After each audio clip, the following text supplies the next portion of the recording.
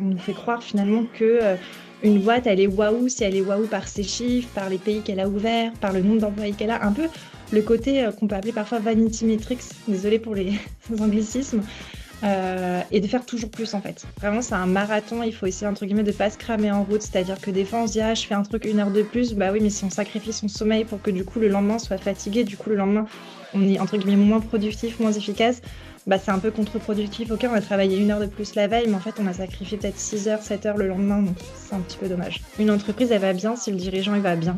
Bienvenue dans ce nouvel épisode de l'émission Santé d'entrepreneur, destinée à tous les chefs d'entreprise qui n'ont pas le temps de prendre soin d'eux.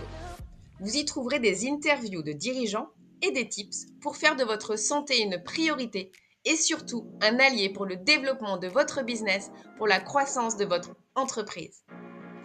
Avant d'accueillir un nouvel entrepreneur aujourd'hui, je me présente. Je suis Bérénice, entrepreneuse et dirigeante de la société A2 Business Plus.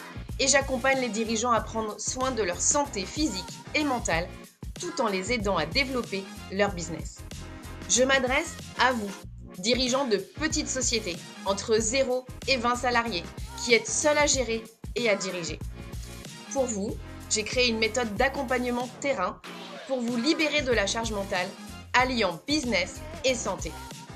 Fort de mon vécu dans le monde de l'entreprise et du business, j'aspire au bien-être de ces entrepreneurs courageux qui ont osé créer ou reprendre leur entreprise, qui créent des emplois, qui portent de lourdes responsabilités sur leurs épaules chaque jour et pour qui on ne se soucie que trop peu de leur bien-être au travail. J'ai soif de partager avec vous des témoignages de dirigeants qui ont décidé de faire de leur santé une priorité et qui ont compris l'impact positif sur le développement de leur entreprise et par ricochet sur le bien-être de leurs collaborateurs. Je partagerai également des tips et des exercices pour améliorer votre santé au quotidien pour que vous soyez autonome pour prendre soin de vous. Parce que votre santé est le premier actif immatériel de votre entreprise. Faites en sorte que votre business soit au service de votre vitalité et de votre bien-être, et pas l'inverse.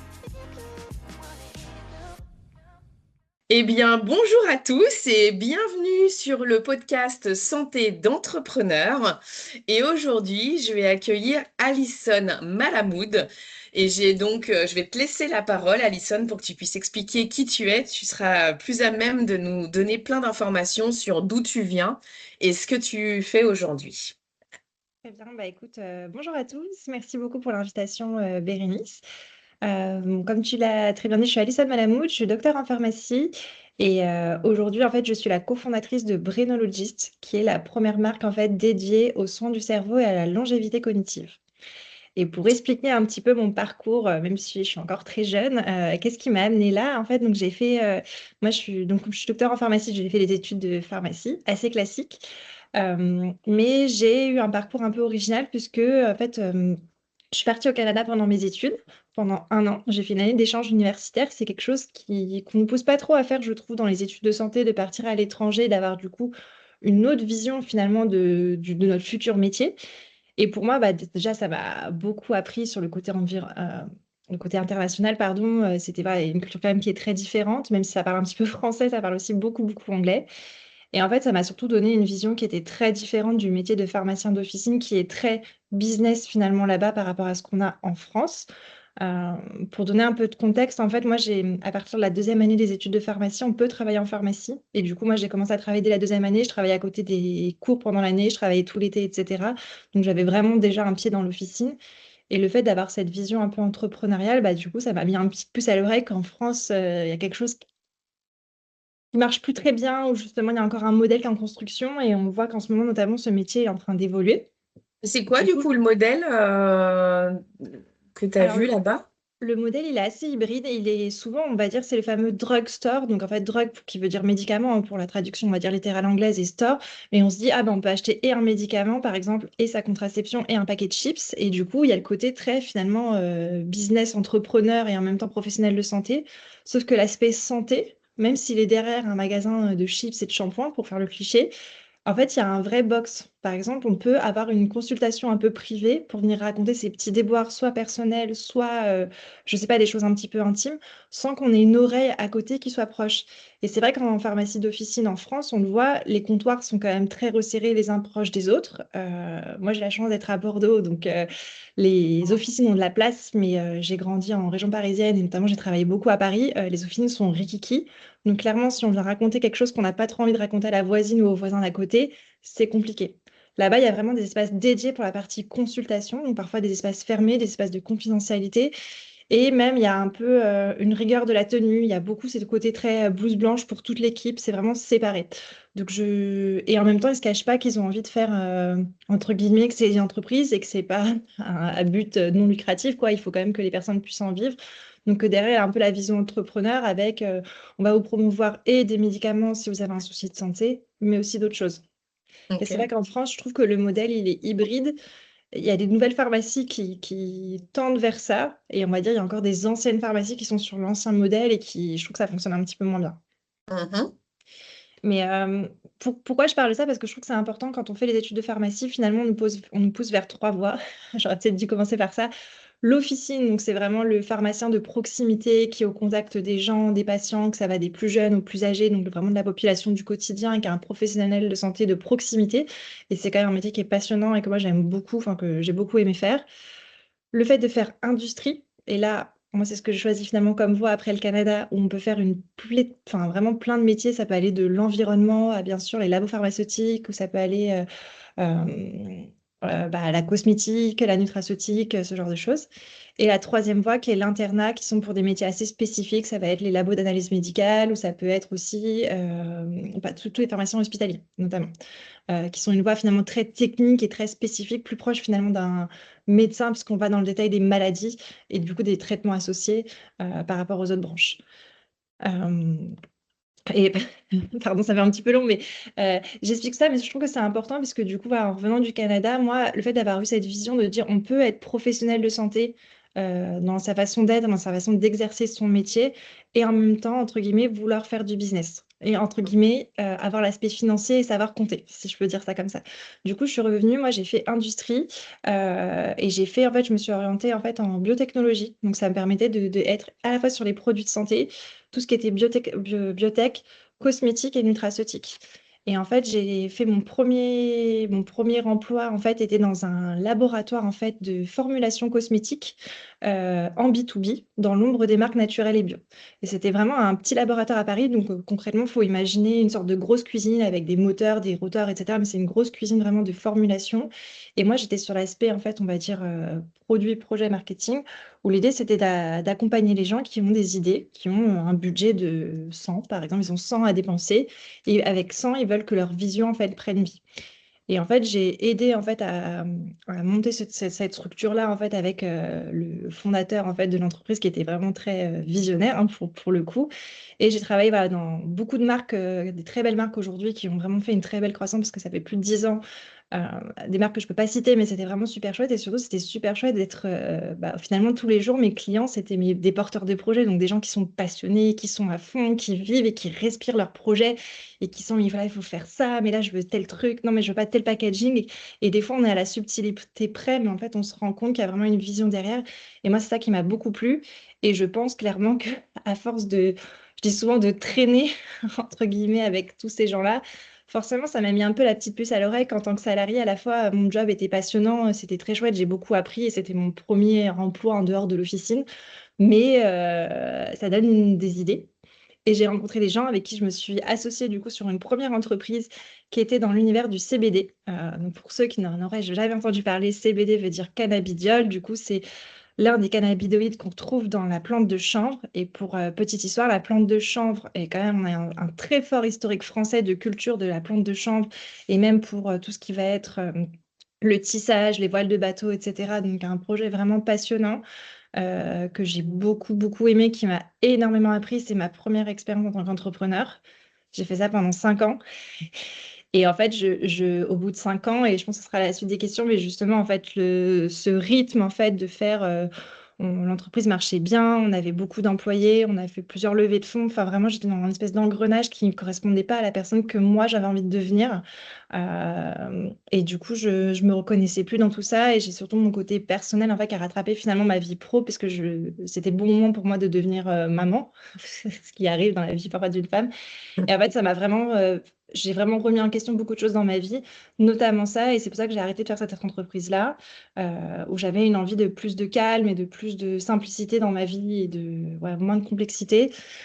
Donc j'ai accouché et un peu par le hasard des choses, la vie revient et j'ai rencontré Mathilde, mon associée actuellement sur Brainologist, où justement on s'est rencontrés autour de son projet juste pour discuter, juste pour un café. Et un café a amené un autre café, puis un autre café, et puis l'histoire était en marche, quoi. Voilà. Ok, ok. Donc, c'était quoi ton rythme dans cette première société où tu as été associé qui t'a amené à dire, mais là, j'ai envie de calme, en fait. C'était quoi ton quotidien? En fait, je pense qu'il y a eu le côté explosif qu'on voit entre guillemets pas venir. C'est-à-dire que pour donner un peu de contexte, on est cinq associés, enfin, on était cinq associés fondateurs, c'est-à-dire moi plus quatre personnes. Je me suis associée à des entrepreneurs un peu plus âgés que moi, donc qui avaient déjà monté une première société qu'ils avaient revendue, donc ils avaient quand même une expertise solide sur ce sujet-là.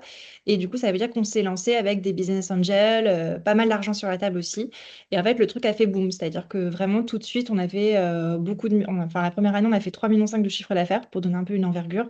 Donc en fait, ça veut dire on est passé finalement de la petite boîte de cinq copains, si je fais le cliché, qui boivent des bières à 20 heures sur leur projet en disant on a fait trois slides, les produits sont en production, mais il n'y a rien qui est sorti, à limite 6 mois plus tard, en fait, on fait production sur production, on recrute, on a des grands bureaux. Et en fait, le rythme se fait un peu tout seul, c'est-à-dire que le fait d'être dans ce phénomène d'investisseurs, de business angels, les gens qui nous conseillent, on tend vers toujours plus de croissance. On nous fait croire finalement que une boîte, elle est waouh si elle est waouh par ses chiffres, par les pays qu'elle a ouverts, par le nombre d'employés qu'elle a. Un peu le côté qu'on peut appeler parfois vanity metrics, désolé pour les anglicismes, et de faire toujours plus en fait. Donc ça veut dire, j'ai toujours beaucoup travaillé dans tout ce que j'ai fait. Enfin, comme dans mes études, je travaillais à côté de mes études, donc j'ai toujours été une grosse bosseuse, je pense. Mais là, c'était plutôt toujours la course au truc d'après. Même si on faisait plein d'étapes, c'était toujours la course au truc d'après, en fait, et ouais, toujours plus, en fait. Et c'est là où moi, je me reconnaissais plus. Et quand on discute, la boîte a été créée à Paris. Moi, j'étais à Paris à ce moment-là. Et c'est vrai qu'il y a toujours ce côté, on nous dit, ah là là, mais vous allez créer une future licorne, ce genre de choses. Et donc, il y a un peu le côté, on nous flatte l'ego, entre guillemets. Mais sauf qu'en fait, derrière, en fait, je pense qu'on se perd un peu on se perd un peu en route entre bah, finalement la vision de l'entreprise qu'on voulait construire, les gens qu'on choisit ou non de travailler avec. C'est-à-dire qu'au bout d'un moment, on ne choisit pas, hein, on prend des profils, ils sont bons, mais on les choisit un peu moins bien qu'avant parce qu'on a vraiment besoin de recruter pour pouvoir avancer. Et donc, je sais pas, je trouve qu'on arrive voilà, dans une société qui a 50 collaborateurs, des grands bureaux, mais on est le patron. Enfin, un univers qui n'est pas du tout le mien en fait. Peut-être que je viens un peu dans le monde des bisounours, mais c'est vrai que moi, mon côté en fait entrepreneur, c'est de vraiment choisir les gens avec qui je travaille, entre guillemets, qu'on s'amuse ensemble. Je sais qu'amuser en tant que salarié, parfois il y a plein de gens qui sont pas convaincus par ça, mais moi j'ai cette volonté on passe tellement d'heures dans sa vie, dans sa journée à travailler, on passe voilà, beaucoup plus de temps au travail qu'avec ses proches, sa famille, qu'en fait il faut que ce soit entre guillemets un bon moment. Et si ça devient quelque chose qui est difficile, désagréable, bah, je pense qu'il faut partir et que c'est pas toujours facile et que des fois c'est des choix aussi financiers, c'est compliqué, mais qu'en fait il faut partir parce que la vie entre guillemets elle est trop courte et voilà. Donc Ok. j'avoue c'est ça qui m'a drivé. C'est aussi en fait entre-temps j'ai déménagé aussi. En fait j'ai quitté Paris parce que c'était justement le fait d'avoir vécu un an. Pour donner un peu de trucs perso, je suis partie un an au Canada. J'étais déjà avec mon mari, enfin, qui est devenu mon mari depuis. Donc ça fait très longtemps qu'on est ensemble. Et tous les deux, en fait, on avait aimé le fait d'être dans une ville qui est une vraie ville, mais quand même beaucoup plus calme que Paris. Et du coup, on a déménagé de Paris à Bordeaux. Donc moi, après, mon quotidien, c'était finalement beaucoup d'allers-retours en train. Donc le train très tôt le Hmm. matin, un train assez tard le soir. Donc en fait, c'est une vie où en fait, je suis dans les transports. Je suis pas vraiment avec mes équipes. Je suis pas vraiment avec mes associés, mais je suis pas vraiment chez moi. Donc en fait, je suis partout et nulle part à la fois. C'est un peu étrange, quoi. Donc Ok. je l'ai fait pendant quasiment 2 ans et demi, 3 ans. Et après, bah, il y a un moment, ça coince un petit peu, quoi. Ouais. Alors, sur le sujet de la santé, il y a deux axes sur lesquels on va aller pendant notre interview. C'est ta santé à toi et puis la santé d'une manière plus, enfin, dans le cadre de ton activité. Toi, tu baignes dans la santé de par tes études et ton activité professionnelle. Déjà, est-ce qu'on peut aller sur ta santé à toi? Euh, Quelle place elle prend dans ta vie? Depuis quand? Voilà, et comment tu œuvres pour ta santé physique et mentale au quotidien? Tout à fait. Bah, je dirais que j'ai deux choses. Je partage les deux maintenant parce que j'ai fait le choix de partager notamment la première expérience qui m'a vraiment pas mal bouleversée récemment. Donc je me dis maintenant il faut pouvoir en parler, mais c'est pas toujours facile. Moi, j'ai toujours considéré être en assez bonne santé, mais sans forcément de checker. Enfin, je veux dire, pour les gens qui me connaissent, j'aime bien manger de tout. Je mange des glaces, je traque pas totalement mon alimentation. Enfin, voilà. Après, je ne fume pas, mais je bois, je consomme de l'alcool. Je suis pas zéro alcool, même si, voilà, il faudra en prendre moins. Enfin, j'ai toujours été un peu, bah, si grosso modo, dans l'ensemble, ça va. Ma santé, ça va. Et en fait, il y a quelques années, en fait, j'ai perdu mon père. Mon père est décédé d'un cancer. Et en fait, cette expérience m'a un peu, enfin pas un peu, m'a totalement traumatisée. Enfin, après, c'est chacun le vit différemment, mais Mhm. et c'est ce que j'explique, c'est qu'en fait, pour moi, entre guillemets, je sais que je m'attendais vraiment à vieillir avec mes parents et que mes parents, voilà, verraient grandir mes enfants. Et à ce moment-là, je n'étais pas prête à avoir un enfant. Et dans ma tête, le fait qu'on m'ait, entre guillemets, retiré ça, je me suis dit, mais en fait, vraiment, la vie, elle est trop courte. Et c'est pour ça que je le dis pour le travail. Et c'est peut-être pour ça que du coup, j'ai la bougeotte et que des fois, je suis insatisfaite d'une situation. C'est parce qu'en fait, entre guillemets, je me dis, j'ai pas le temps. J'ai pas le temps, la vie va trop vite. Et donc, ce jour-là où il s'est arrivé, c'est là où moi je me suis fait mon premier réflexe sur ma santé en me disant c'est quoi mon mode de vie? Où est-ce que j'habite? Quels sont les trucs que je m'étais dit que je ferais plus tard dans ma vie d'adulte, comme j'aime bien dire. Donc typiquement, c'est cette année-là que j'ai pris un chien. J'avais toujours voulu avoir un chien, j'avais jamais. Enfin voilà, c'est des décisions qui sont peut-être un peu irrationnelles, mais donc voilà, ça c'était mon premier, on va dire, taquet à réfléchir à ma vie et qui a emmené pas mal de changements, voilà, de changements professionnels et parce que ça, c'était avant de fonder ma première entreprise, justement. Ça s'est passé juste avant. Ça, c'est mon premier taquet. Et mon deuxième taquet, j'allais dire, c'est quand, en fait, quand je suis devenue enceinte, pareil, j'étais en bonne santé, ma grossesse s'est bien passée, etc. Mais je trouve que c'est là où j'ai vraiment réfléchi à ce que je mange, à ce que je fais, est-ce que je fais suffisamment de sport et notamment tout l'après, en fait, toute la partie postpartum où je trouve que, on devient vraiment une nouvelle personne avec l'arrivée d'un enfant, une nouvelle personne dans son couple, une nouvelle personne avec sa famille, ses proches, les tontons, les tatas, et aussi une nouvelle personne par rapport à ses amis, puisque forcément, on a une certaine charge mentale d'avoir un enfant, on a une organisation familiale qui est différente, et je trouve que c'est là où moi je me suis vraiment posé des questions à justement, bah, je le vois, un enfant, ça prend de l'énergie. Aujourd'hui, je suis encore très jeune et c'est trop bien. Mais en fait, j'ai envie d'avoir la même énergie dans 10 ans et dans 20 ans et dans 30 ans. Et en fait, moi, c'est ça qui me drive aussi. C'est pour ça qu'on parle de longévité, en fait. C'est que j'ai envie d'être à la fois bien dans ma tête, mais aussi bien dans mon corps, bien dans mes muscles, d'avoir de l'énergie, de ne pas me dire qu'à 18 heures, quand je vais la chercher le soir, je suis fatiguée, quoi. Enfin, voilà. Ok. Ok. Est-ce que tu as toujours été enfin, sportif, par exemple, depuis petite? Tu fais quoi? C'est quoi Alors, ton... ouais, c'est vrai que moi j'ai toujours fait du sport. Quand j'étais petite, j'ai fait du tennis pendant des années. Mais bizarrement, j'étais nulle en compétition.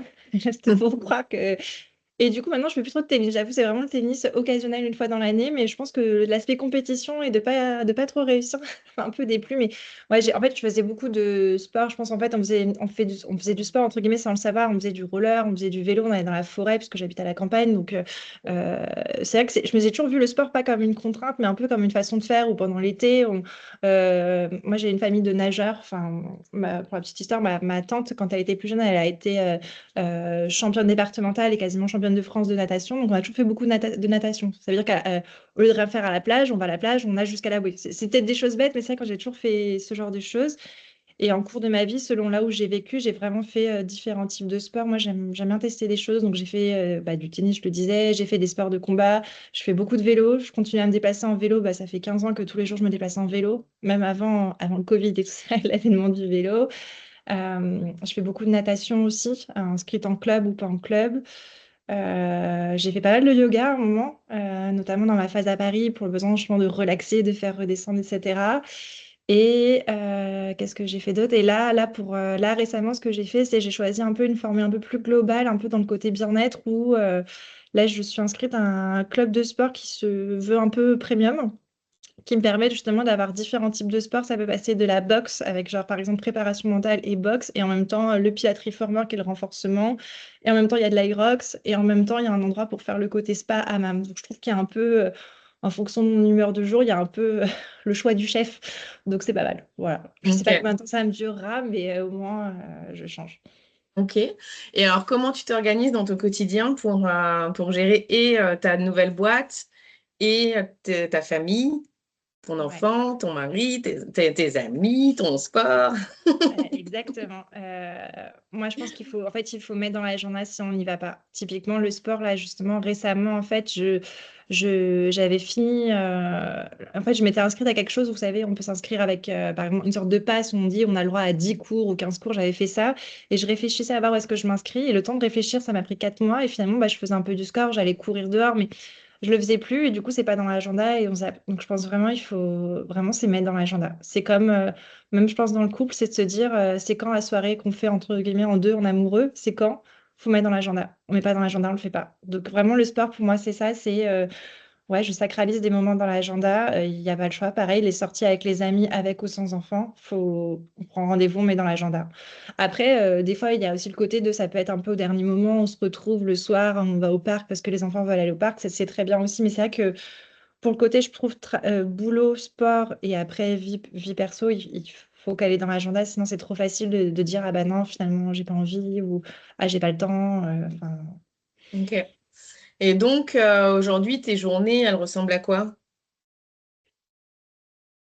c'est une bonne question. En gros, alors je teste pas mal de choses, notamment sur les fameuses routines pour voir s'il y a un vrai impact, etc. Et notamment, j'ai un objet connecté qui permet de traquer mes données de santé. Je fais ça depuis pas très longtemps, donc ça me permet de voir. Mais moi, c'est souvent, je me lève à la même heure, je m'occupe de ma fille le matin. C'est soit moi, soit mon mari qui l'emmène à la crèche, parce qu'elle est toute petite, elle va avoir 3 ans. Mhm. Voilà. Et en fait, soit j'ai une séance Pardon. de sport le matin, pas de souci. Soit j'ai une séance de sport le matin assez tôt. En fait, je vais courir. Moi, j'aime bien faire du sport le matin. Soit elle est plutôt le midi. Et en gros, j'ai 3 séances. Et pardon, parfois, elle est aussi le soir. Ça dépend sur les horaires. En gros, j'ai 3 séances de sport par semaine minimum. Et des fois, si je suis motivée, je vais courir un petit peu le week-end aussi. Quand je dis motivée, clairement, il faut entendre est-ce qu'il fait beau dehors. Faut pas- Non, mais c'est vrai.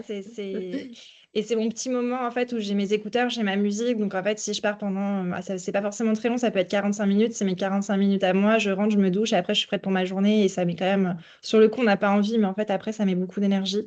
Donc voilà, et mon travail en fait s'articule. Moi, je suis quelqu'un d'assez organisé, donc en fait, je sanctuarise des moments dans mon agenda. Et j'ai pas le choix, parce qu'en fait, après ma fille, comme elle est à la crèche, je lui disais, il faut que j'aille la chercher à 17h30. Donc la journée d'un entrepreneur qui finit à 17h30, c'est hyper tôt. Donc en fait, voilà, c'est le matin préparation, l'enfant plus moi, grosso modo. J'ai ma journée de travail et parfois je fais ma pause sur le midi en même temps que le repas pour faire le sport et je mange vite fait après devant l'ordinateur. Et en gros, le soir, je m'occupe de ma fille et souvent, si j'ai besoin, je retravaille après manger en fait. C'est un peu ça. Ok. Voilà. Mais je le fais pas tout le temps. Et notamment, je dis à beaucoup, moi, pour avoir déjà été entrepreneur, vraiment, c'est un marathon. Il faut essayer, entre guillemets, de pas se cramer en route. C'est-à-dire que des fois, on se dit, ah, je fais un truc 1 heure de plus. Bah oui, mais si on sacrifie son sommeil pour que du coup, le lendemain, on soit fatigué, du coup, le lendemain, on est, entre guillemets, moins productif, moins efficace, bah c'est un peu contre-productif. Ok, on a travaillé 1 heure de plus la veille, mais en fait, on a sacrifié peut-être 6 heures, 7 heures le lendemain. Donc, c'est un petit peu dommage. Mm. Ok. Moi, j'aimerais qu'on parle maintenant de la santé dans le cadre de ton activité, parce que toi, tu interviens sur la santé du cerveau. Tout à fait. Voilà, donc explique-nous tout ça parce que pour le coup, ben, c'est pas forcément un sujet dont on entend beaucoup parler. Ouais. On parle de la santé mentale, mais est-ce que c'est ça quand tu travailles toi sur le cerveau? Enfin voilà, explique-nous. C'est plus global. En fait, on va dire que c'est parti de 2 constats assez simples. Le premier, c'est que ma première aventure avec le CBD notamment, on était autour de l'anti-stress, en disant le stress, le mal du siècle, tout le monde peut souffrir de stress, et un côté finalement très péjoratif du stress. Alors qu'en fait, si on regarde bien, le stress, il y a un côté positif. On a besoin de stress. Par exemple, on parle du cortisol, qui est l'hormone du stress. Le matin, le cortisol, c'est ça qui nous permet de nous lever, de sortir de notre lit, sortir de notre, entre guillemets, léthargie. Donc, il n'y a pas que des mauvaises choses dans le stress. Et puis pareil, si on fait un peu dans les clichés de storytelling, mais je trouve que c'est important de le raconter, les premiers humains venus sur cette terre, bah, c'était peut-être les plus stressés qui ont réussi à résister au lion en courant le plus vite possible. Donc du coup, il y a quand même du bon dans le stress, il ne faut pas l'oublier. Euh, Ça, c'est mon premier constat. Le deuxième constat, je trouve, c'est que quand le fait de revenir à l'officine et de voir toutes ces ordonnances où beaucoup de gens ne se sentent pas très bien, ils sont sous anxiolytiques ou sous somnifères, enfin voilà, et ils disent, ah, je suis fatiguée, je me sens épuisée, j'ai plus la motivation, je me pose des questions, je suis entre guillemets pas heureux dans ma vie. Bah, pour moi, en fait, il faut s'interroger justement sur la santé globale du cerveau. Donc oui, il y a tout un aspect qui est santé mentale. Comment je me sens? Est-ce que je me sens bien là où je suis? Est-ce que je me sens bien dans ma tête et dans mon corps? Est-ce que mon corps, voilà, me réagit bien à ce que je fais? Mais il y a aussi tout le reste, en fait. Est-ce que je sens que j'ai de l'énergie pour faire du sport? Est-ce que je sens que j'ai de l'énergie pour mener un nouveau projet? Ce genre de choses.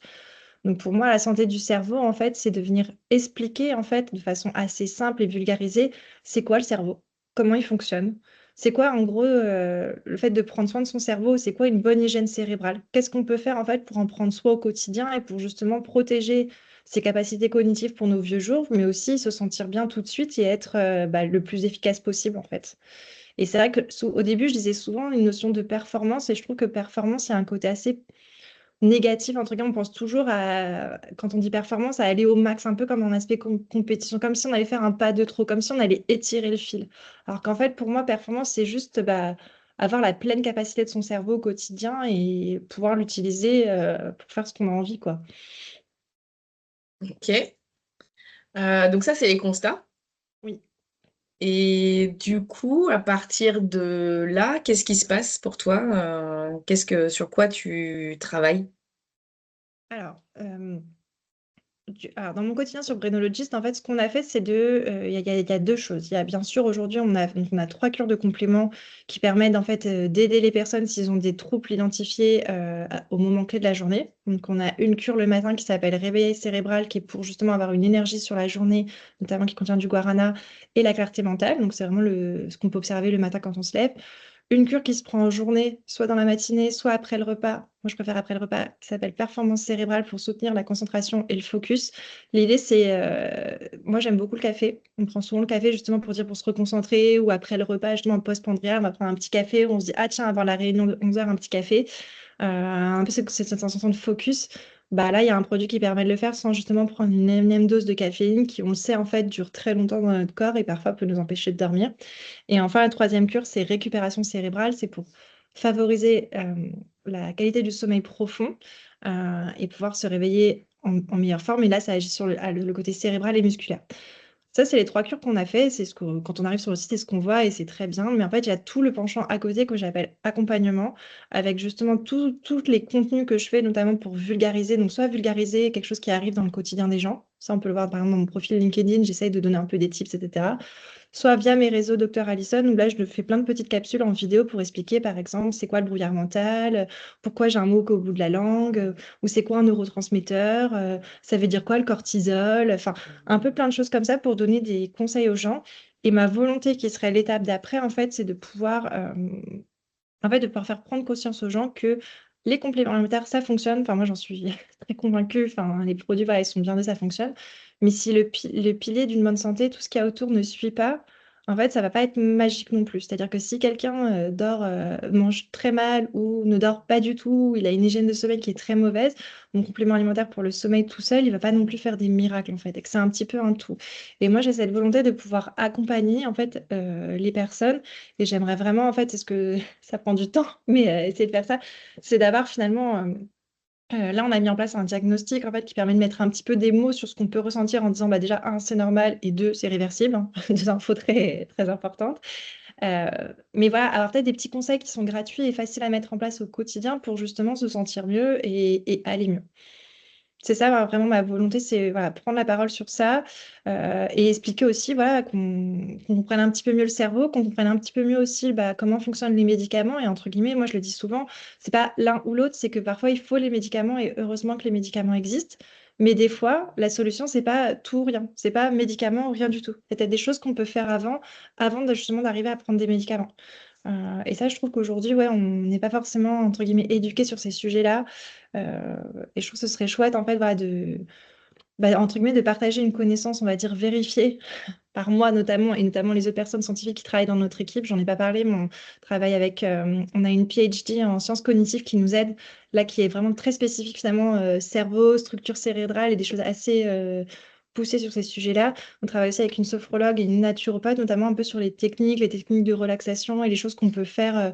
En plus, en fait, des petits conseils comme par exemple le matin, essayez de vous exposer un peu à la lumière, essayez de ne pas regarder votre téléphone tout de suite, voilà, ce genre de choses. Est-ce que tu peux nous donner un exemple de complément alimentaire ou d'ingrédient qui est prouvé scientifiquement pour agir sur parce que tu parlais de clarté mentale, tu parlais de performance, etc. Est-ce que tu peux me donner au moins un exemple? Parce que ma question, quand tu as expliqué que tu faisais des compléments alimentaires, je me suis dit, mais en quoi un complément alimentaire peut agir sur la santé du cerveau? Voilà, globalement la question et peut-être faire un exemple. Ah ouais, non, tu as tout à fait raison de poser cette question qui est tout à fait légitime. En gros, pour expliquer, moi, ma démarche, en fait, ma volonté, en fait, en créant Brainology, c'est de proposer des formules qui n'existent pas sur le marché. Et du coup, dans chacune de mes formules, on va retrouver plusieurs actifs. Et donc, parfois, certaines personnes peuvent dire, ah, mais je suis un petit peu perdue, je ne connais pas tel actif, à quoi il sert, etc. Ces actifs, c'est des actifs naturels. Donc, on a plantes, vitamines et minéraux. Ça va dépendre de l'indication. Dans chaque formule, il y a, on va dire, si je schématise, on va dire qu'il y a deux parties. Il y a une partie, en fait, qui est d'apporter les bons nutriments au cerveau pour qu'il puisse fonctionner correctement. Donc là, on va dire que c'est la base, c'est-à-dire qu'on apporte la ligne basale au cerveau pour qu'il puisse bien fonctionner. Ça va être des choses que, en général, tout le monde connaît. Ça peut être du magnésium, les vitamines du groupe B, qui, elles, ont en fait des claims qui sont déposés au niveau européen pour dire, par exemple, la vitamine B3 pardon, et la vitamine B12, elles participent au bon fonctionnement des fonctions cognitives. C'est pareil pour le magnésium. Il y a cette indication-là, pardon, un claim, ça veut dire une indication. Et ça va être aussi, par exemple, sur la tension nerveuse et musculaire pour le magnésium. Ça, c'est le niveau basal. Et ensuite, on a des plantes. Donc, une plante, c'est un extrait, hein, donc il y a beaucoup de molécules dans une plante qui, elles, vont avoir différentes actions. Aujourd'hui, dans mes formules, il y a deux types de produits. Pardon, ça fait deux fois deux, désolée. Il y a des actifs qui sont brevetés. Donc là, par exemple, pour répondre à la question très précisément sur le focus, nous, on a un extrait d'aronia qui est breveté, qui a une étude clinique chez des humains. Alors, il y a différents types d'humains. Il y en a, c'est des sportifs, basketteurs. D'autres, c'est des gens qui jouent derrière un ordinateur. Et il y en a sur des gens qui font des tâches type de bureautique, qui nous permet de dire, par exemple, au bout de tant de temps au dosage qu'on a mis, en fait, le dosage validé qui est de 65 mg, on a plus 43% de focus. Ça, c'est une première partie de la réponse. Et l'autre partie de la réponse, c'est qu'on a des plantes traditionnelles qu'on retrouve dans les pharmacopées, donc soit la pharmacopée européenne, française, puisqu'elles sont très proches, mais aussi les pharmacopées qui sont indiennes et chinoises. Là, c'est notamment les plantes adaptogènes, qui, elles, en fait, ont pas mal d'études scientifiques sur des années, sur différentes indications, différents dosages et différents types de populations, c'est-à-dire des personnes soit très âgées sur le côté déclin cognitif, soit des personnes un peu comme dans nos âges, donc tout ce qui va être actif et qui ont un travail, pour pouvoir soutenir ces claims. Et là, ça peut aller de la relaxation à mieux dormir, à favoriser l'endormissement. Et ça peut être le cas, par exemple, de la rhodiola pour la côté stress qu'on connaît très bien en France. Ça peut être aussi tout ce qui va être passiflore, valériane pour l'aspect sommeil et relaxation avant de s'endormir. Enfin voilà, vraiment, il y a tout un éventail. Et enfin, le dernier volet, je sais que c'est compliqué, mais c'est pour ça qu'il faut un docteur en pharmacie derrière les formules pour expliquer, c'est que sur le côté santé du cerveau, il y a deux façons de le voir. Il y a des actifs en fait qui vont. En fait, il y a peu d'actifs qui permettent de passer ce qui s'appelle la barrière hémato-encéphalique. Hémato, c'est pour le côté sang, pardon, j'arrive plus à parler, et encéphalique pour le côté cerveau. Donc concrètement, en fait, il y a une barrière en fait qui protège notre cerveau des substances nocives. Je vais faire un exemple très simple avec l'alcool. Vous consommez un peu d'alcool, vous vous sentez normal, tout va bien. Vous consommez trop d'alcool, au bout d'un moment, il y a trop de toxines, le cerveau, il n'arrive plus à bloquer, du coup, vous le ressentez, vous vous sentez un petit peu différent. Voilà, exemple parfait de la barrière hémato-encéphalique. Là, quand on prend un complément alimentaire qui va venir se dégrader au niveau du tube digestif, tous ne vont pas directement agir au niveau du cerveau parce qu'il y a cette barrière hémato-encéphalique. Et c'est pour ça qu'on a aussi deux types d'actifs. Il y en a certains qui vont agir au niveau du corps et d'autres qui vont venir agir au niveau du cerveau et qui vont passer notamment pour le protéger. Et les mécanismes de protection sur l'aspect longévité, il y en a deux principaux, trois même, pardon, mais on va dire deux principaux. Il y a le côté antioxydant des formules. Le fait d'apporter quelque chose d'antioxydant, ça vient protéger en fait de ce qui s'appelle le stress oxydatif qu'on peut avoir notamment par le stress chronique. Je sais que c'est deux fois le même mot, mais c'est pas exactement la même chose. Ou par certaines substances justement qui peuvent être toxiques pour le cerveau. Et il y a aussi des substances en fait qui améliorent en fait la microcirculation au niveau du cerveau. Et donc, qui dit meilleure circulation sanguine, ça veut dire qu'on apporte plus de nutriments. Ça, c'est très simple à comprendre, mais aussi plus d'oxygène. Et donc, si le cerveau il a plus d'oxygène, il fonctionne mieux. Voilà. Et donc, C'est c'est la dose qui fait que ça passe cette barrière pour arriver au cerveau, c'est quoi? Non, c'est pas la... Alors, la question de la dose, c'est ça que c'est... En fait, ça dépend pas de la dose, en fait, ça dépend des molécules, spécifiquement. Typiquement, si on fait le magnésium, il est jamais tout seul. Le magnésium, c'est un élément, donc c'est vraiment comme dans le tableau périodique, c'est juste le magnésium. Là, nous, par exemple, on utilise du bisglycinate de magnésium, qui est un des magnésiums les mieux tolérés et les mieux assimilés. Et en gros, une fois qu'on l'avale, faut imaginer les enzymes comme des petits ciseaux. Souvent, je sais pas dire, on fait quick, quick, et après, il y a le magnésium qui va se mettre là où on a envie qu'il se mette. Si je fais mon exemple, mon extrait d'aronia, c'est pas de l'aronia qui fait quick quick en fait. Dans l'extrait d'aronia, c'est un extrait de la plante dans lequel on a plusieurs molécules. On a là, ça va être des flavonoïdes, des polyphénols qui sont des longues molécules qui après sont coupées. Donc pour répondre très concrètement, aujourd'hui, je peux pas dire spécifiquement c'est telle ou telle molécule qui passe en fait et qui traverse au niveau du cerveau, puisqu'en fait, on n'a pas ce degré de granularité-là. Finalement, on l'a très peu, ce degré de granularité-là. On l'a, par exemple, sur certains médicaments, comme les antidépresseurs, les anxiolytiques, ce genre de choses. Mais sinon, on ne l'a pas, en fait, d'un point de vue complément alimentaire, puisqu'en fait, on n'est pas comme dans une étude sur le médicament. Sur le médicament, quand on étudie ça, c'est parce qu'on étudie l'aspect toxique. Finalement, à partir de quel dosage la substance va être toxique pour le corps humain, ou les effets vont être secondaires négatifs. Dans un côté nutraceutique, dès que c'est étudié en études cliniques chez des humains, on va venir étudier en fait avec différents protocoles cliniques comment la personne se sent. Est-ce qu'elle se sent plus de focus? Est-ce que par exemple pour la réactivité, en fait, ce qu'ils font, c'est qu'ils font une sorte de jeu ou de test pour voir si la personne elle est plus réactive. Donc je peux pas dire spécifiquement c'est telle molécule de tel extrait qui est arrivé à tel endroit dans le cerveau. On n'a clairement pas ce degré de granularité-là, mais on a les avant-après. Ok.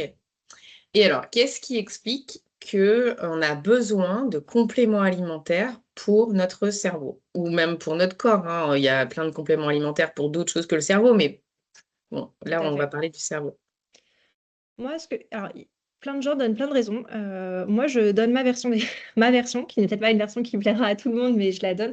En gros, moi, ce que je considère, c'est qu'aujourd'hui, on a quand même un mode de vie qui va très vite. Je trouve que va encore plus, comme je l'ai dit, mon petit taquet, c'était devenu maman. Moi, je considère être quelqu'un d'organisé et qu'il y a une bonne mémoire. Et bah, clairement, j'en ai pris pour mon grade en devenant maman, parce qu'il y a beaucoup de choses. En fait, je considère qu'aujourd'hui, si on voudrait être un homme ou une femme parfaite, et bah, du coup, il faudrait faire sa routine sportive le matin, avoir le temps de se maquiller et d'être belle, et en plus d'être bien habillée. Et ensuite, il faut faire à manger et manger bien, et manger sainement, et manger 5 fruits et légumes, et consommer pas trop d'alcool, et en même temps, pas trop de café, et en même temps ci, et en même temps ça. Et enfin, en fait, on est dans un monde en fait, d'injonction de plein de trucs. Et moi, en fait, juste ce que je me dis, c'est que je mange grosso modo bien. Je sais que j'ai une alimentation variée, que des fois je craque, je fais d'autres trucs et c'est pas grave. Et en fait, je consomme les compléments alimentaires pour complémenter mon alimentation. Je vais faire un exemple. Il y a plein de choses. On sait qu'il faudrait manger X fruits et légumes par jour. Il faudrait manger tant de protéines par jour, tant de glucides par jour. Ok, fine, mais sauf que parfois le quotidien, en fait, j'ai pas le temps et des fois, en fait, je mange les pâtes avec ma fille au cul de la casserole parce qu'en fait, il est 19h, j'ai faim et qu'en fait, au lieu de craquer sur, je sais pas, des chips ou du saucisson qu'il y a d'ailleurs dans mon placard, du coup, je vais manger mes pâtes et c'était pas très équilibré, mais c'est pas grave. Donc pour moi, les compléments alimentaires, ils viennent justement en plus d'une alimentation qui est censée être déjà équilibrée pour venir aider et si justement on observe des troubles qu'on n'arrive pas à corriger avec nos habitudes de vie. Donc c'est pas pareil, comme j'ai tout à l'heure, c'est pas l'un ou l'autre. Pour moi, il faut déjà avoir un bon sang, manger relativement bien, dormir bien la nuit, faire du sport, bouger, être curieux, apprendre de nouvelles choses, c'est vraiment fondamental. Mais si tout ça, ça ne suffit pas et qu'on veut un coup de pouce et le ressentir, prendre les compléments alimentaires. Ok. Très bien. Bah, du coup, si on parle des dirigeants, tout à l'heure tu parlais de stress chronique, ça c'est vraiment la caractéristique d'un dirigeant et d'un entrepreneur. Tout à Euh, fait. Qu'est-ce que tu leur conseillerais? Alors moi, je suis de nature assez anxieuse et stressée. Pas toujours l'exemple, il y en a, je pense, qui qui le sont pas comme ça, mais moi, je pense que deux choses. Il faut essayer de parler à ses associés quand on n'est pas tout seul, si c'est possible, pour justement que, entre guillemets, on dit souvent communiquer son stress, mais je trouve que c'est important, ce qui peut être un gros facteur de stress pour une personne, pour la personne qui partage la même situation, elle peut donner un regard différent et ça peut aider justement à faire descendre cette pression. Quand c'est une pression financière, Franchement, pour l'avoir vécu de plein de façons, je trouve que c'est beaucoup plus facile à dire qu'à faire. Donc là-dessus, j'ai malheureusement pas la recette miracle sur l'aspect financier. Je pense que c'est ce qui stresse énormément de monde, dirigeants d'entreprise ou pas, hein. C'est ce côté financier, gestion financière et de se demander si finalement les décisions qu'on prend, qui sont soit des décisions d'investissement ou de non-investissement, est-ce que ce sont les bonnes? Franchement, c'est hyper compliqué. Après, moi, justement, pour les dirigeants, je pense que une entreprise, elle va bien si le dirigeant, il va bien. Donc, quoi qu'on en dise, qu'importe les performances de l'entreprise, mais voilà, sans dirigeant, il n'y a pas d'entreprise, il n'y a pas de cap. Et que pour ça, la santé du dirigeant, c'est hyper important de la privilégier. Et donc, en un, se forcer à faire du sport. Vraiment, franchement, on le dit tellement souvent, mais les meilleures idées arrivent quand on ne travaille pas. Et pas quoi qu'on en dise, mais donc au sport, sous la douche, que sais-je, mais c'est des fois justement parce qu'on a fait 45 minutes de sport, on n'a pensé à rien, bah, c'est sous la douche à la salle de sport, la douche en 2 minutes qu'on a une idée géniale. Donc vraiment le sport hyper important. Et qu'après, si on veut pareil, si on veut un petit coup de pouce, moi je parle beaucoup des plantes adaptogènes justement qui aident en fait à retrouver une sorte d'équilibre au niveau du stress pour avoir moins le côté pic en fait. On sera peut-être toujours stressé, mais ça va un petit peu apaiser. Je trouve que c'est des plantes qui sont vraiment très intéressantes à avoir en ligne basale, notamment l'ashwagandha. Donc c'est une plante indienne que moi j'adore, qui est dans mon quotidien. J'ai du mal à m'en passer honnêtement parce que quand je la prends en plus, je le ressens. C'est pas des plantes qui agissent du jour au lendemain, pas du tout. Il faut quand même quelques jours, voire quelques semaines pour en sentir les bienfaits.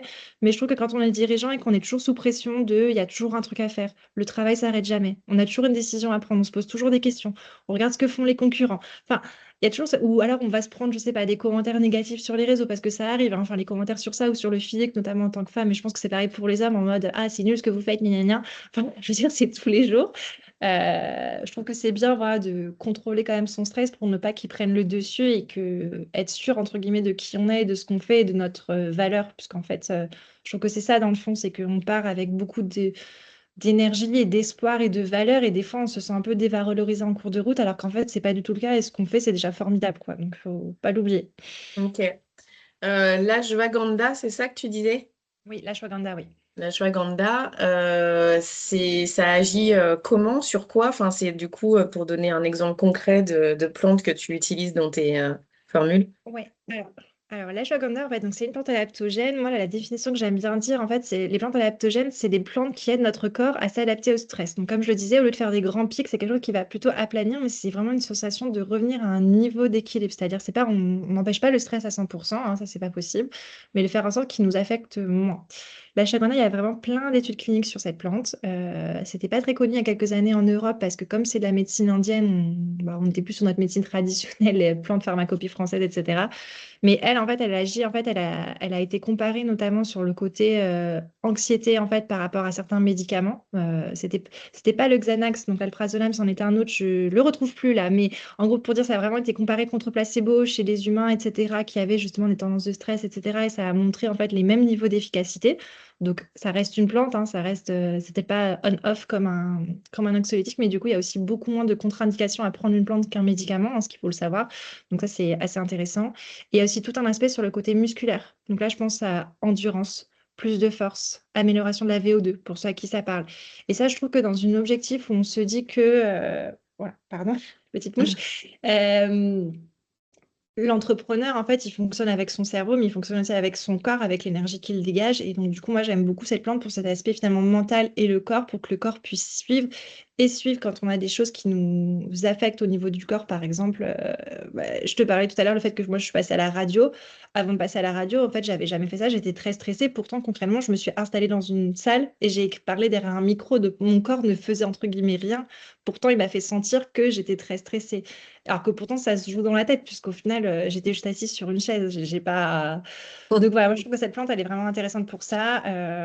Si les gens s'y intéressent, je les invite à regarder. Il y a l'un des meilleurs actifs au monde, il s'appelle donc l'ashwagandha KSM, les initiales 66.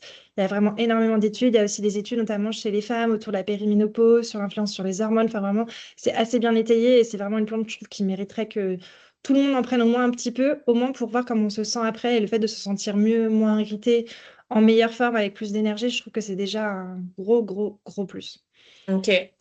Alors, l'ashwagandha, il en existe sous plein de marques. Comment Ouais. on sait que c'est celle-là qu'il faut prendre? Est-ce que c'est un dosage? Est-ce que c'est une provenance? Est-ce que c'est quoi? J'ai envie de dire, C'est un peu tout, en fait. Pour les actifs, en fait, il y a deux façons de voir les choses. Notamment, toutes ces marques qui sont mono-ingrédients, elles vont beaucoup communiquer sur leur actif, qu'ils soient brevetés ou pas, ou sur la provenance. Peu de marques communiquent sur la provenance géographique. Pour information, moi, je l'ai beaucoup fait parce qu'en fait, moi, par exemple, mes actifs viennent de différents endroits du monde. Par la Ashwagandha, bah, il a poussé en Inde, donc oui, il n'est pas français. Bah oui, mais parce qu'en fait, ça pousse pas en France. Ça pourrait pousser en France, mais ce serait pas très logique. Ou par exemple, j'ai de la maca. La maca, c'est une racine péruvienne. Bah, elle a poussé au Pérou. Enfin, voilà, c'est des choses un peu classiques. Et ça pousse de façon, on va dire, raisonnée avec des cultures. L'idée, c'est pas de venir, si je fais le cliché, de venir déraciner la forêt amazonienne pour faire des compléments alimentaires. On n'en est clairement pas là. On est sur des choses qui sont concentrées, très dosées. On parle pas de grosses quantités, mais voilà. Comment être sûr de la fiabilité de ces actifs? C'est soit les noms qui vous sont donnés par les fournisseurs d'ingrédients. Donc là, par exemple, je vous donne la Ashwagandha KSM 66. C'est un nom qui est connu. Si on tape dans Google ou sur un LLM, quelle sorte, on va trouver des informations sur ces actifs-là. Mais si vous faites l'exemple, par exemple, de ce que je fais moi sur Brainologist, en fait, on ne peut pas forcément savoir précisément d'où vient quel actif et pourquoi on a mis quel dosage. Après, je pense que la crédibilité se fait en fait en fonction de qui est derrière la marque, qui a fait le produit et dans quelle intention. Donc, quelle est finalement l'intention de la personne qui a créé la formule. Clairement, c'est ça. Et aussi, j'ai envie de dire des retours consommateurs. Et sincèrement, je trouve que c'est un jeu qui est assez dur parce que moi et mon associé Mathilde, depuis le début, on fait les bonnes élèves parce que moi, je suis quelqu'un d'intègre et honnête. C'est-à-dire que je le dis souvent, peut-être pas assez, mais en fait, quand on finit les études en pharmacie, on fait le serment, un serment de ne pas nuire et de pas nuire à autrui et de pas nuire notamment à la santé humaine. Et donc, ça veut dire que je ne survends pas mes produits. Ça veut dire qu'on n'a pas mis des faux avis sur notre site, c'est que des avis certifiés. Du coup, entre guillemets, que sans avis en 15 mois d'existence. Là où je vois qu'il y a des gens qui se lancent et ils ont déjà 1200 avis, ou j'exagère, peut-être ils ont 200 avis, mais c'est que des faux avis écrits à l'IA. Et du coup, c'est un peu difficile en fait finalement de dire sur Internet faites confiance à telle marque ou telle autre marque, notamment quand les marques se lancent, puisqu'en fait on ne sait pas qui est derrière. Même si on voit 2 photos, 3 photos et 3 avis, en fait comment on s'assure de la crédibilité, bah, c'est pas forcément très simple. Et c'est pour ça que je pense que les gens n'ont pas forcément confiance, ou alors ils vont aller voir en pharmacie pour que justement on retombe sur des laboratoires qui sont connus pour être sûr qu'on n'ingère pas n'importe quoi. Donc Mm. je trouve que c'est pas simple. Et puis même souvent, ce que je dis, c'est qu'il y a quand même beaucoup de bruit sur les réseaux. De bruit, c'est-à-dire que c'est facile de lancer une marque, de maintenant même à l'ère de l'IA, de créer des photos très rapidement, etc. Il faut essayer de voir qui est derrière. Est-ce que les gens se montrent? Qu'est-ce qu'ils font? Comment ils fabriquent les produits? Où est-ce qu'ils font fabriquer? Est-ce qu'ils font fabriquer en France? Voilà. Mm. Mais je comprends que ce soit pas simple. Mm. Voilà. Après, ce que je peux quand même dire pour rassurer les personnes, même si c'est une demi-vérité, c'est que quand même, aujourd'hui en France, on est obligé de déclarer nos compléments alimentaires sur une plateforme qui est gérée. Avant, c'était la DGCCRF, maintenant, c'est la DPPPD. Ah, désolée, les acronymes, là, Ouais. je me perds. C'est une obligation légale. Pour information, c'est un très petit monde, hein. Donc, moi, par exemple, dans les grandes marques, je sais à peu près qui fait fabriquer chez qui, et on sait qui est fiable et qui ne l'est pas. Voilà, donc j'invite les gens à faire preuve de prudence, à regarder le côté avis client, regarder qui est derrière la marque et si la personne sait facilement parler de ses produits, de ses actifs. Et voilà, c'est ça qui permet de mettre un petit peu de nuance dans tout ça, mais je comprends que ce soit pas simple. Ok. Et donc, du coup, toi, la Ashwagandha, tu le mets dans quoi? Dans quel pack? Enfin, tu vois, t'as Produit du soir. trois. Ouais, Celui le du soir. produit soir. Ouais, en fait, le soir, pour donner un peu de détails sur ce produit, moi, vraiment, c'est un produit que j'adore. En fait, le soir, si on a du mal à dormir, aujourd'hui, on va à la pharmacie, on va voir son petit pharmacien de quartier, on va dire bonjour, bonjour, j'ai du mal à dormir, qu'est-ce que vous me proposez? Et aujourd'hui, il y a soit de la phytothérapie classique qu'on trouve française, type Euphytose. Attention, j'ai rien contre Euphytose, mais c'est pour donner des exemples, hein. Le phytose qu'on peut prendre d'ailleurs pendant la journée pour se relaxer, etc., ou pour s'élader le soir. Tous les compléments de mélatonine, que ce soit en spray, en gummies, que sais-je, avec des plantes, sans plantes, très bien. Et sinon, peut-être un somnifère sans ordonnance, type Donormil, si vraiment on n'arrive pas à dormir, et certaines personnes tournent au Donormil depuis des années. Ok, fine. Et après, si c'est très compliqué, on va voir le médecin, et là, on a un somnifère sur ordonnance avec dépendance et compagnie. Ok. Mais du coup, si tout ça ne convient pas, qu'est-ce qu'on fait? Parce qu'en fait, la mélatonine, ça fonctionne, mais si on l'apporte via un complément alimentaire, notre corps s'habitue, donc au bout d'un moment, ça fonctionne plus. Et donc, en fait, on se retrouve peut-être que pendant 2, 3 semaines, on a mieux dormi, mais après, ça marche plus, et du coup, on se retrouve avec les mêmes problèmes de sommeil, et on ne règle pas le problème de fond. Et normalement, le but d'un complément alimentaire, c'est de complémenter son alimentation, et au bout d'un moment, de ne plus en avoir besoin. Parce qu'en fait, si on prend un complément alimentaire tous les jours de sa vie pour mieux dormir, bah ok, peut-être qu'on dort mieux, mais du coup, ça veut dire qu'il y a un truc qui va pas au départ. Je parlais du socle de bonne santé ou il y a un truc à dépatouiller. Moi, dans cette pure en fait récupération cérébrale, l'idée en fait c'est d'améliorer la qualité du sommeil et de favoriser un. En fait, comment dire? pour améliorer la qualité du sommeil, en fait, notamment le sommeil profond, celui qui nous permet vraiment de récupérer au niveau cérébral et musculaire, il faut certains types de plantes. Dans ces plantes, c'est à la fois des plantes qui diminuent le niveau de stress mental, donc qui sont côté relaxation et qui, elles, vont favoriser la partie endormissement, mais c'est surtout, en fait, toutes ces plantes, en fait, qui viennent agir, en fait, sur ce sommeil profond où on vient récupérer. Et pour ça, en fait, dans la formule, on va retrouver notamment de l'ashwagandha qui fait voilà, cet aspect les deux. On va retrouver aussi du houblon, qu'on connaît bien puisque c'est ce qui est contenu dans la bière, mais c'est une plante avec des intérêts pharmacologiques qui sont très intéressants. On va retrouver aussi du tryptophane. Le tryptophane, en fait, c'est un acide aminé, donc là, typiquement toute petite molécule, qui est précurseur en fait de sérotonine. La sérotonine, ça agit sur l'humeur, mais c'est aussi précurseur de mélatonine. Donc en fait, au lieu de venir apporter, on va dire de façon synthétique, de la mélatonine directement toute prête par l'organisme, je lui donne juste le bon nutriment, le tryptophane, pour que mon cerveau, mon corps détermine la quantité de mélatonine dont j'ai besoin. Et si par exemple, justement, peut-être que j'avais pas apporté assez de tryptophane dans mon alimentation, le fait de l'apporter via le complément fait que du coup, le corps de lui-même va pouvoir synthétiser plus de mélatonine ou pas s'il n'en a pas besoin. Voilà. Ok. Ok. Alors, je vais rebondir de manière très humoristique sur ce que tu as dit sur le houblon. Oui. Oui, Parce que là, je vois déjà des trucs qui fusent dans le cerveau des dirigeants qui écoutent le podcast. Ah, mais alors c'est nickel, je vais continuer à Waouh. boire de la bière. Et au Exactement. contraire, j'ai écouté une personne qui est pharmacienne et qui préconise le houblon. Oui, ok. Mm. Alors, du coup, le houblon dans une bière, c'est peut-être pas le même effet que le houblon avec la Ah, ashwagandha, c'est quoi. ça. Non, très bien. En fait, pour expliquer, en fait, les extraits qu'on trouve dans les compléments alimentaires, là, du coup, c'est des gélules, donc c'est des extraits secs de plantes.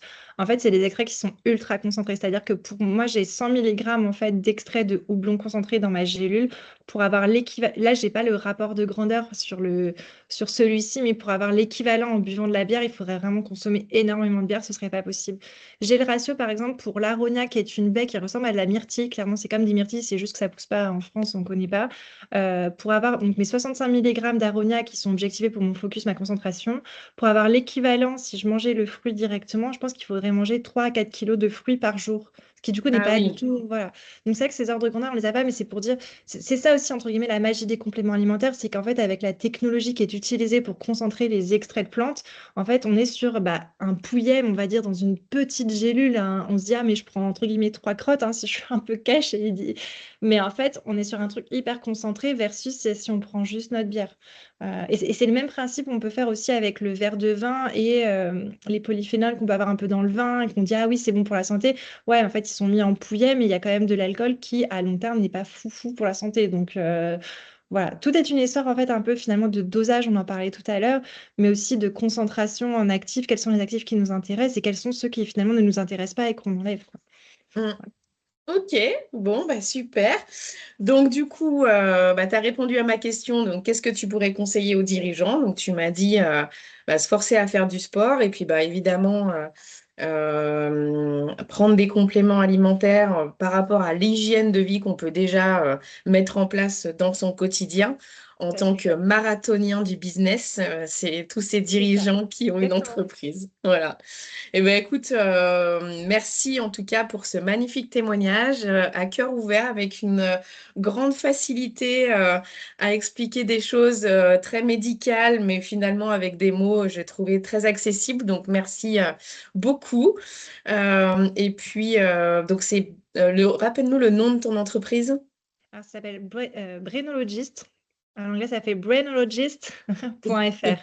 Ce qui veut Ok. dire en gros le spécialiste du cerveau, concrètement, petite traduction littérale. Ok. Un biologiste du cerveau. Hmm.